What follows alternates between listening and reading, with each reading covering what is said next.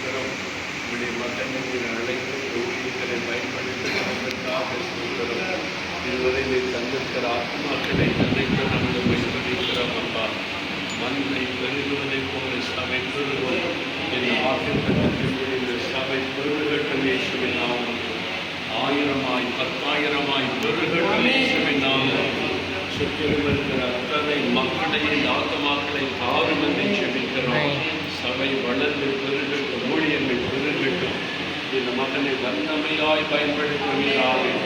மகனினால் வல்லமையினால் அபிஷேகம் பண்ணி பயன்படுத்தும்.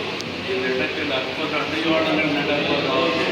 ஜனங்கள் அற்புதங்களுக்காக இந்த இடத்தை தேடி வருவதற்காக இது ஒரு அற்புத ஸ்தலமாய் மாற்றுவதற்காக நாங்கள் சொல்கிறோம். இங்கே வருகிற மக்கள் சுத்தமடைய விடுதலைகளை ஆசீர்வதிக்கப்பட கர்த்தருடைய பிரசனை எப்போது இந்த இடத்தில் இருக்கும்படி ஆசீர்வதிக்கிறதற்காக ஸ்தோத்திரம். சொல்லப்படாதவரை ஊழியர்களை செய்ய கருவை தாரும். இந்த மகனை பலப்படுத்தி இன்னும் வல்லமையாய் பயன்படுத்தும். இந்த சபையினருக்கு என்ன விசுவாசத்தை ஆசீர்வதியும், ஊழியர்களை ஆசீர்வதியும். ஒவ்வொருவரையும் கனப்படுத்தி இது கர்த்தருடைய நாமத்தை வெளிப்படுத்த இவர்களை கொண்டு பெரிய காரியத்தை செய்யும். உங்கள் அன்பின் கரத்தில் ஒப்புக்கொடுக்க நான் சொல்லுகிறேன். இயேசுவின் நாமத்தில்